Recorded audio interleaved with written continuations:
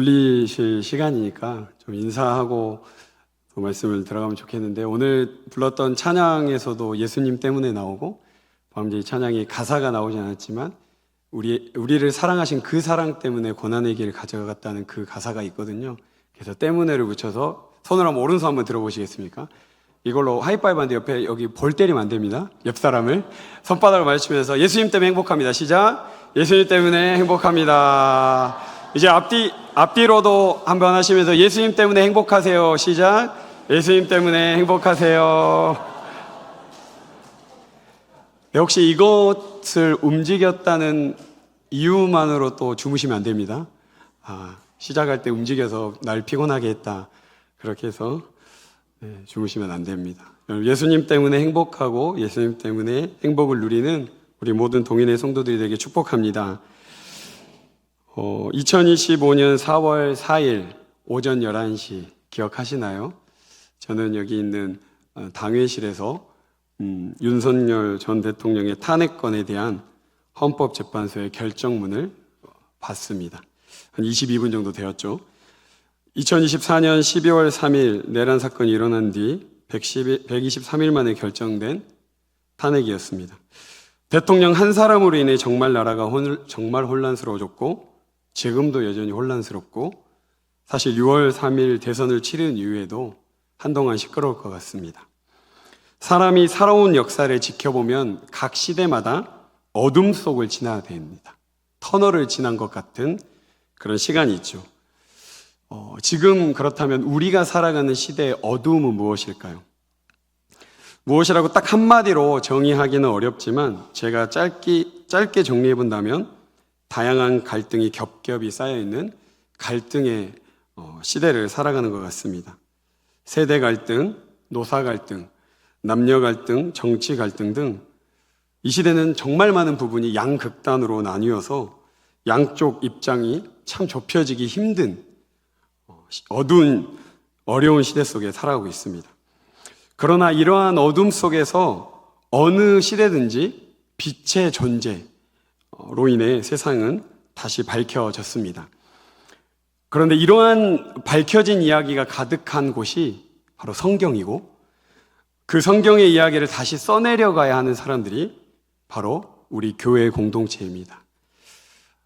오늘 말씀을 통해 어떻게 시대의 어둠 속에서 꺼지지 않는 하나님의 등불로 살아갈 수 있을지, 그리고 하나님의 등불들을 다음 세대를 어떻게 그 하나님의 등불로 만들어가야 할지 같이 깨달을 수 있기를 소망합니다. 네, 오늘 본문 1절 말씀을 함께 읽어보겠습니다. 함께 읽어볼까요? 시작. 아이 사무엘이 엘리 앞에서 여호와를 섬길 때에는 여호와의 말씀이 희귀하여 이상이 흔히 보이지 않았더라. 참 아이러니한 말씀입니다. 아이 사무엘이 실로 성전에 지내면서 제사장 엘리 앞에서 누굴 섬겼죠? 여호와를 섬길 때입니다. 여호와를 섬기면 하나님의 말씀이 잘 들려야 될 것 같은데, 여호와의 말씀이 희귀하여 거의 들리지 않았다. 아마 아예 들리지 않았다라고 해도 과언이 아닐 것입니다. 여호와의 성소도 있고 여호와의 제사장도 있는데, 우리로 말하면 이런 교회당도 있고 목사도 있는데 하나님의 말씀은 들리지 않았습니다. 왜 이렇게 되었을까요? 아이 사무엘은 1, 2장에 보면 엄마 한나의 기도를 통해 여호와 하나님으로부터 기적적으로 얻게 된 아이입니다. 한나는 하나님께 기도하면서 이렇게 약속했죠. 하나님, 여종에게 이 아이를 주신다면 이 아이를 하나님께 구별하여 드리겠습니다. 불임 여성으로서 너무 괴로워하던 중에 드렸던 하나님께 드린 약속입니다. 그리고 하나님께서 약속대로 아이를 주시자 한나도 반대로 약속한 대로 아이를 하나님께 맡기기로 합니다. 그런데 한 가지 시간이 있었는데요. 아이를 젖을 먹이고 젖을 떼는 기간 동안만 엄마가 품고 젖을 떼고 난 뒤에 실로 성전에 맡기기로 한 것입니다. 그렇게 젖을 떼자마자 약속대로 성소가 있던 실로에 아이를 데리고 갑니다. 그리고 엘리 제사장에게 아주 어린 아이 사무엘을 맡깁니다. 맡기면서 이렇게 말하는 것이죠. 제사장님, 이 아이를 위해 제가 기도했는데 제사장님이 축복한 대로 여호와께서 이 아이를 주셨으므로 저도 이제 이 아이를 여호와께 약속한 대로 드립니다. 여호와를 섬기는 성소가 있고 제사장이 있는 실로에서 아이 사무엘이 자랍니다.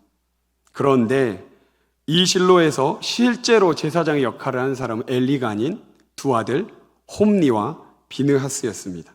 이 두 사람이 심각한 문제였죠. 사무엘상 2장 12절 17절 말씀 두 아들의 내용을 함께 읽어보겠습니다. 시작. 엘리의 아들들은 행실이 나빠 여호와를 알지 못하더라. 이 소년들의 죄가 여호와 앞에 심히 크면 그들이 여호와의 제사를 멸시함이었더라.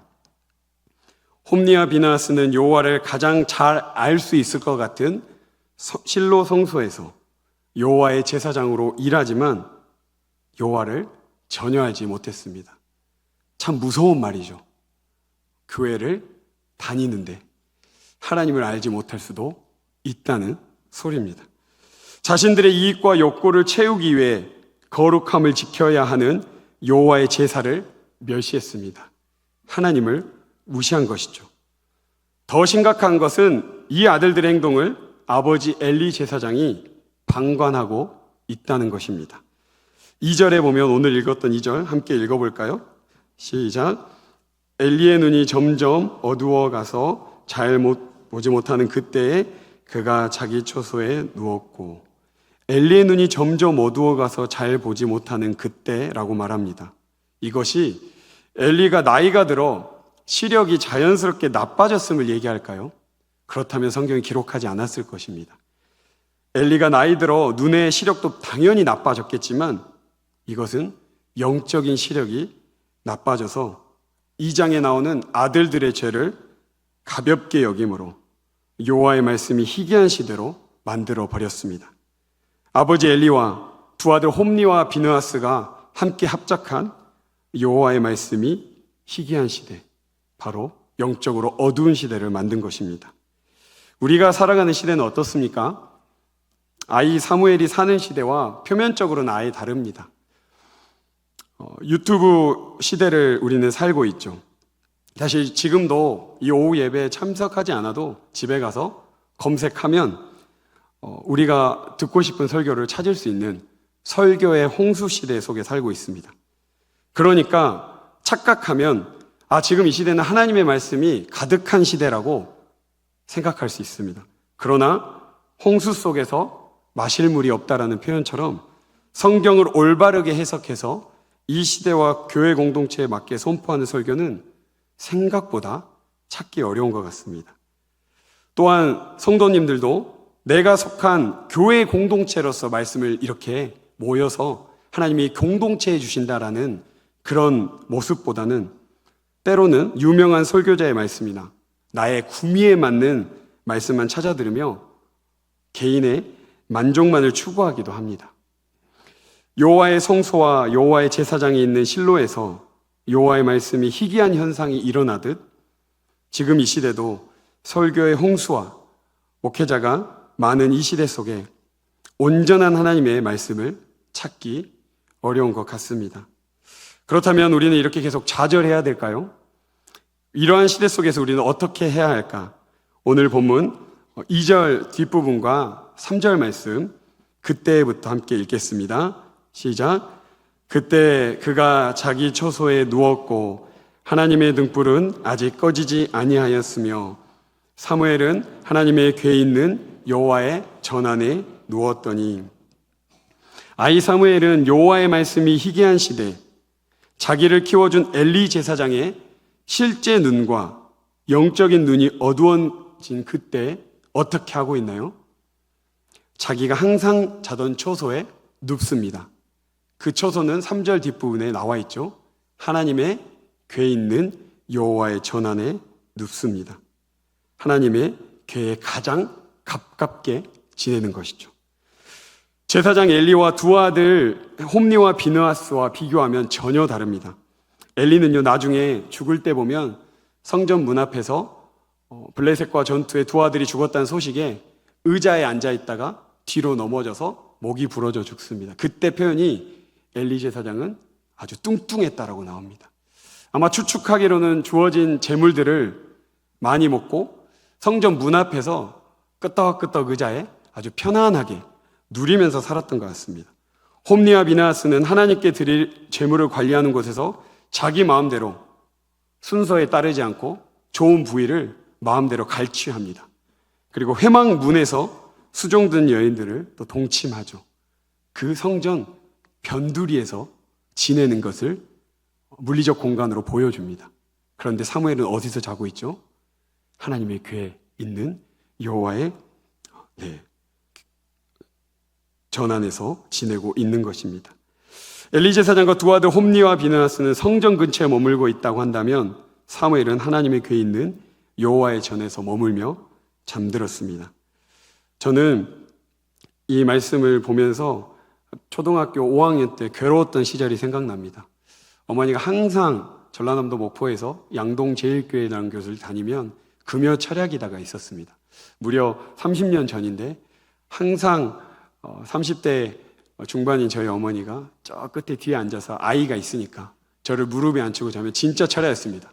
10시에 예배 드리면 새벽을 넘어가는 그 시간에 아버지는 교회를 안 다니시기 때문에 저를 다니고 그 다음에 새벽에 택시를 타고 집에 왔던 기억이 납니다. 매 금요일마다 저 맨 뒤에 장의자 뒤에서 희한하게 장의자가 잠이 잘 오더라고요.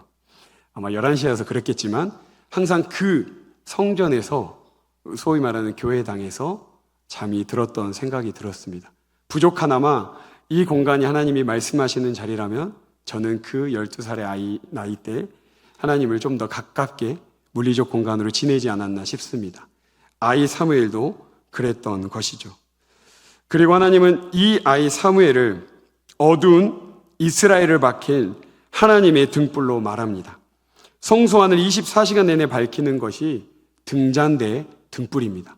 이거를 밝혀야 되는 일을 하는 게 바로 제사장들이 해야 되는 일입니다.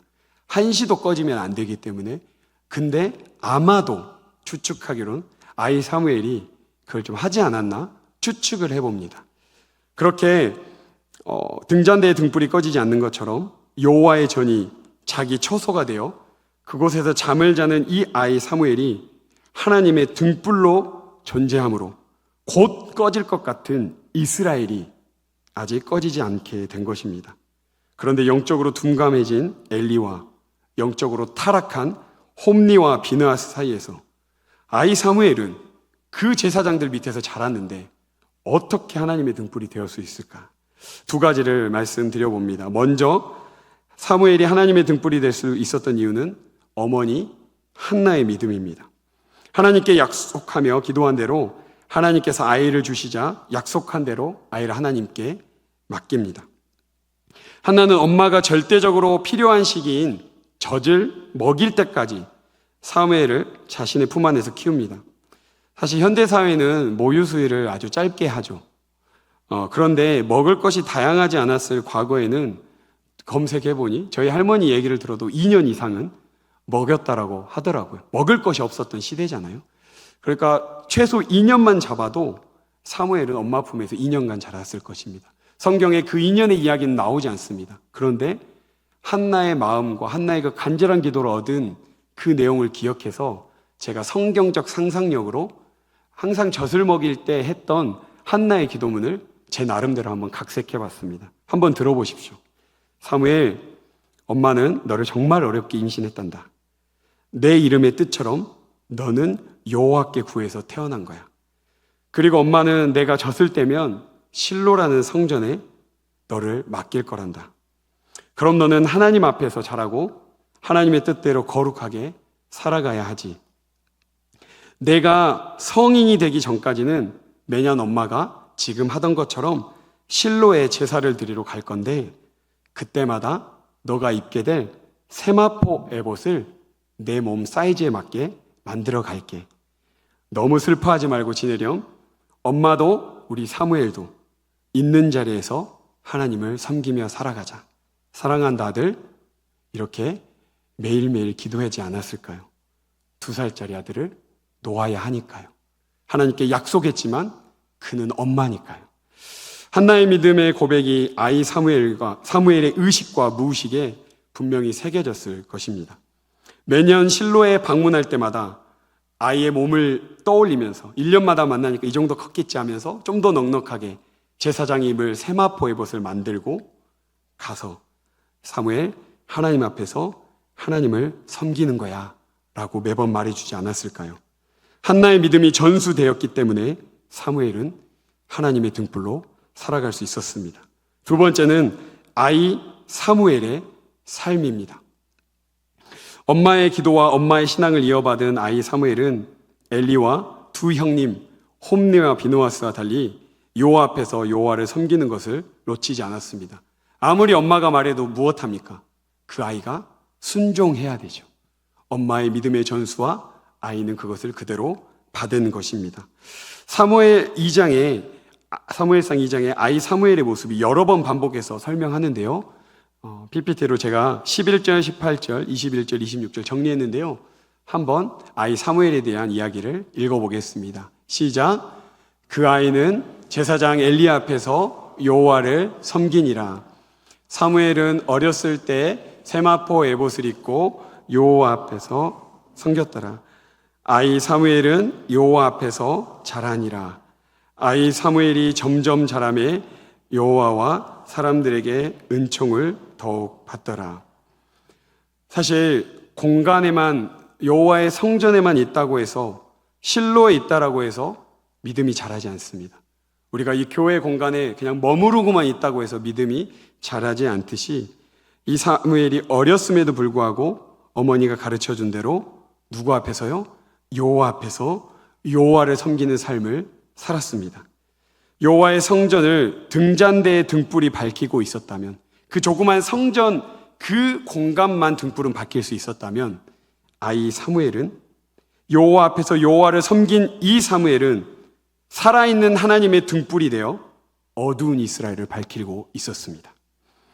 사랑하는 성도 여러분, 우리 시대의 어둠 속에서도 우리가 꺼지지 않는 하나님의 등불이 되길 소망합니다. 사무엘이 엄마 한나에게 믿음을 전수받았듯이 우리가 소속된 이 동인의 믿음의 공동체 안에서 서로에게 삶으로 말로 믿음을 전수하고 전수받읍시다.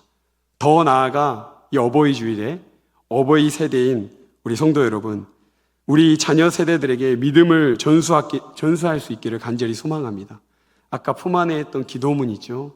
그것처럼 기도하면서 하나님, 이 아이 주님께 맡기오니 하나님, 이 아이가 서 있는 공간에 시대의 어둠에 잠식되지 않고 하나님의 등불로 살아가게 하여 주십시오. 그 공간만큼을 살려내는 아이가 되게 하여 주십시오 라고 기도할 수 있기를 소망합니다. 그리고 우리에게 주어진 자리에서 하나님 앞에서 하나님을 섬기는 삶을 살아갑시다. 주변에 놓여진 어두움에 삼켜지지 않고 우리 안에 살아계신 하나님의 말씀을 의지하는 그 빛의 삶으로 각종 우리를 삼키려고 하는 어두움을 밀어냅시다. 또한 자녀 세대들이 이 시대의 어두움을 밝히 비추는 꺼지지 않는 하나님의 등불로 살아갈 수 있도록 여기 주변에 돌아다니는 아이들 볼 때마다 격려해 주십시오. 하나님의 등불로 자라름. 이 시대의 어두움에 삼켜지지 않는 하나님의 등불로 살아가길 바란다라는 그런 격려를 해 주시길 바랍니다. 우리 모두 이 시대의 어둠 속에서 꺼지지 않는 하나님의 등불로 살아가며 우리 시대의 가득한 어두움을 밀어내는 이 시대의 사무엘, 그리고 이 시대의 사무엘을 길러내는 동인교회 공동체가 되기를 축복합니다. 제가 기도하겠습니다. 하나님, 자기의 처소에 누워 잤던 그곳은 여호와의 궤가 있던 하나님의 전이었습니다.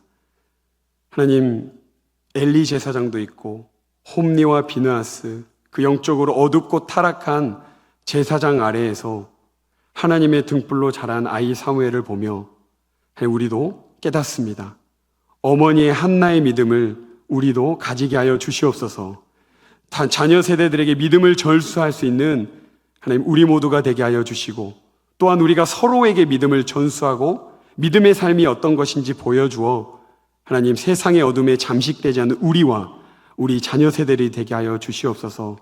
또한 우리가 먼저 하나님 앞에서 하나님의 섬기는 삶을 보여주게 하시고, 자녀들에게도 세상의 기준에 이렇게 살아야 된다, 이렇게 살아야 된다 수많은 이야기가 들려올 때, 아니 여호와 앞에서 여호와를 섬기는 삶을 살아야 돼 라고 가르치고, 그 아이들이 그렇게 살아내므로 세상의 곳곳의 어두움을 하나님의 등불로 비춰내어 살려내는 자녀들이 되게 하여 주시옵소서.